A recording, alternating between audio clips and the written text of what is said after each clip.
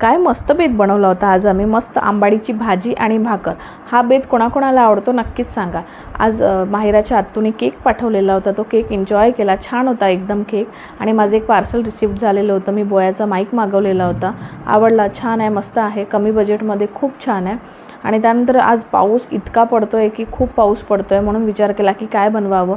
तर यांनी सांगितलं काहीतरी चमचमीत असं छान मस्त बनवतं. विचार केला की यांचं आणि माझं फेवरेट म्हणजेच पावभाजी बनवूया. आणि इतकी छान कन्सिस्टन्सी आलेली होती पावभाजीला, खूपच मस्त. आणि रंग पण खूप छान आलेला होता.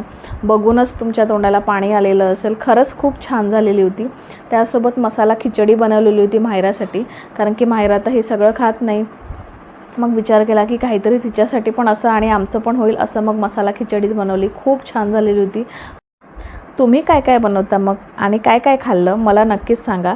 तर भेटूया पुढच्या व्हिडिओमध्ये. तोपर्यंत take care and bye bye.